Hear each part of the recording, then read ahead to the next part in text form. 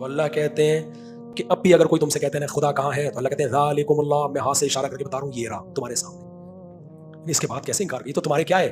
سوال پیدا ہوتا ہے تو نہیں سامنے؟ اللہ کہتے ہیں اس کے بعد یہ اتنا سامنے ہے کہ ہاتھ سے اشارہ کیا جا سکتا ہے۔ تو اللہ اشارہ کر کے کیوں بتا رہا ہے؟ کیوں نہیں جاتا سامنے؟ تو اللہ کہیں گے میں سامنے آ گیا تو پھر آزمائش ختم، پھر اچھے اور برے کا فرق ختم، پھر شکر گزار اور ناشکرے کا فرق ختم، پھر اس پیغمبروں کو بھیجنے، قرآن کو نازل کرنے کی کیا ضرورت ہے؟ اللہ ایک دفعہ سامنے آ جائے نا، سامنے آ جائے تو پھر میں اور آپ ساری دنیا ویسی انسان کی بچی بن جائے۔ ایک واقعہ سنا کے بیان ختم کرتا ہوں، یہ جب تک سامنے نہیں ہے نا اس وقت تک آزمائش ہے۔ وہ ایک آدمی جنات کو نہیں مانتا تھا، کسی نے کہا بیٹا کسی دن جن سامنے آ گیا نا، دیکھو کسی کے سامنے جن آ جائے تو اس کا باپ بھی مانے گا نا، تو ماں کہے گا کہ میں نہیں مانتا۔ وہ ایک آدمی گیا فلیٹ میں، اب لوگ کہتے ہیں چٹکلے سناتے ہیں، بھائی یہ چٹکلا میں جو سنا رہا ہوں یہ قرآن و سنت ہی کو ایکسپلین کرنے کے لیے سنا رہا ہوں، ہمارا مقصد تو ایکسپلین کرنا ہے نا، کیا خیال ہے بھائی؟ تو آسانی سے ایکسپلین ہو جائے تو کیا ضرورت ہے مشکل مثالیں دے آدمی۔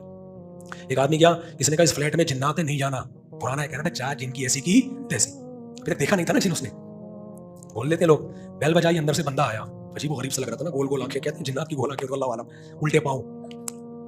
اس نے کہا شاید کسی بندے کی معذوری میں پاؤں کیا ہو گئے ہوں، الٹے ہو۔ کہتا ہے بھائی میں نے سنا اس فلیٹ میں جنات رہتے ہیں۔ کہتا نہیں میں تو 500 سال سے رہ رہا ہوں، مجھے تو کچھ، یہ بندہ بے ہوش، ٹھیک ہے، 500 سال سے کوئی انسان رہ سکتا ہے؟ تو میرے بھائی اللہ اگر اپنے آپ کو آ کے دکھا دینا تو پھر آزمائش ختم۔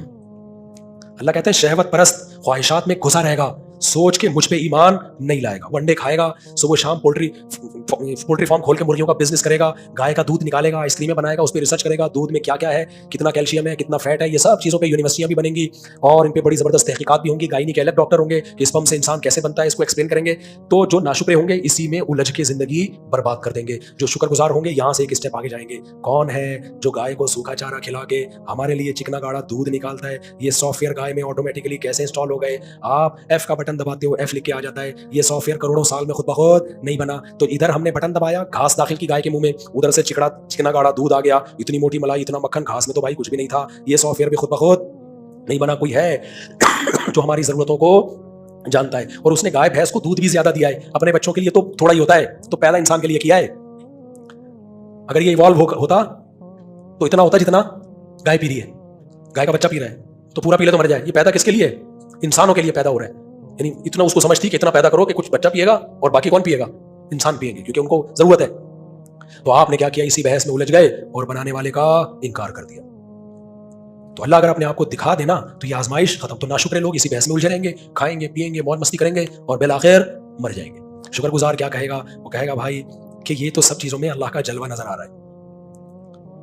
سب چیزوں میں کیا نظر آ رہا ہے؟ اللہ کا جلوہ۔ وہ کہے گا ذالکم اللہ، یہ ہے اللہ، ربکم جو تمہارا پالنے والا ہے، صرف خالق نہیں ہے، خالق کہتے ہیں بنا کے چھوڑ دیا، رب کہتے ہیں بنا کے چھوڑا نہیں ہے بلکہ پال رہا ہے، تربیت کر رہا ہے، روحانی تربیت بھی اور جسمانی بھی۔ روحانی کے لیے پیغمبر بھیجے، آسمانی کتابیں بھیجی جو آپ کو اللہ یاد دلاتی رہیں گی، اور جسمانی کے لیے آسمان سے بارشیں برسائیں، تناور درخت اگائے، انجیر، زیتون، کیا کیا اس نے پیدا کر دیا۔ تو میرے بھائی بے وقوف ہے پرلے درجے کا جو سائنس کو پڑھے اور خدا سے غافل ہو جائے، اور عقل مند ہے جو سائنس کو پڑھے اور خدا تک پہنچے۔ تبھی اللہ سورہ آل عمران جو ہم نے کل پڑھی تھی اس میں اللہ نے کہا ان فی خلق السماوات والارض واختلاف اللیل والنہار، یہ تو سائنس کی باتیں ہیں نا، زمین آسمان کا عدلنا بدلنا، دن رات کا عدلنا بدلنا اور بہت ساری چیزیں۔ اللہ کہتے ہیں فی ذالک لآیات لأولی الالباب، اس میں عقل مندوں کے لیے بڑی بڑی نشانیاں ہیں۔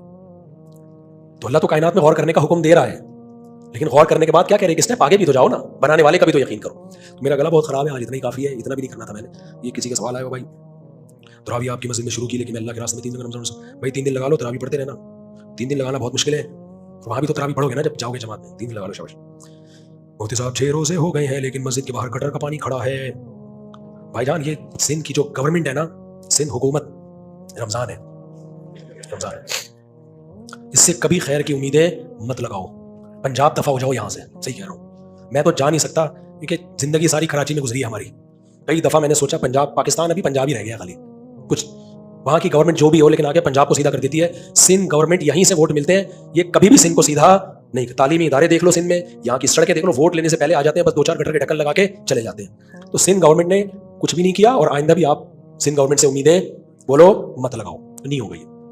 زیادہ سے زیادہ کوئی وزیر اپنے گھر کی سڑک تھوڑی سی صحیح کر لے گا، اس سے زیادہ نہیں ہو سکتا۔ اور الیکشن میں جب سسٹم چل رہا ہے تو اس کے تحت تو کوئی فیئر الیکشن کا بھی مستقبل میں چانس نہیں ہے۔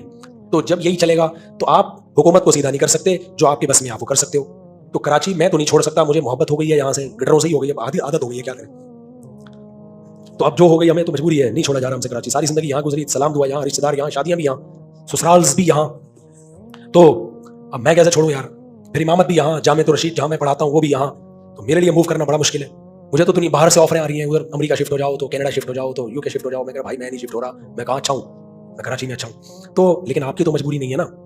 تو پنجاب زیادہ بہتر ہے اس وقت, اور آئندہ بھی چانسز ہیں پنجاب میں. وہاں کی گورنمنٹ پڑھائی کا بہت اچھا سیٹ اپ. پنجاب کا جو تعلیمی سسٹم ہے کے پی کے میں بھی بہت اچھا ہے, تو پنجاب نہیں. جامعۃ الرشید میں طلبہ کے پی کے سے آتے ہیں, سارے قابل آتے ہیں, کے پی کے کی یونیورسٹی میں پڑھے ہوئے. یہاں تو بیڑا غرق ہے, بیڑا غرق. کوئی چانس ابھی ان کو جتوانے کی کوشش کی تھی, ہم نے بھی تھوڑی سی کوشش کی اس میں, حافظ نعیم صاحب جماعت اسلامی کے, کہ چلو یار سب ان کو ووٹ دے کے آئے سسٹم کے تحت. سمجھتے ہو کہ نہیں سمجھتے؟ تو یہاں نہیں ہوگا, بھول جاؤ آپ. تو اس لیے دفع ہو جاؤ یہاں سے, آن لائن بیان سن لیا کرو.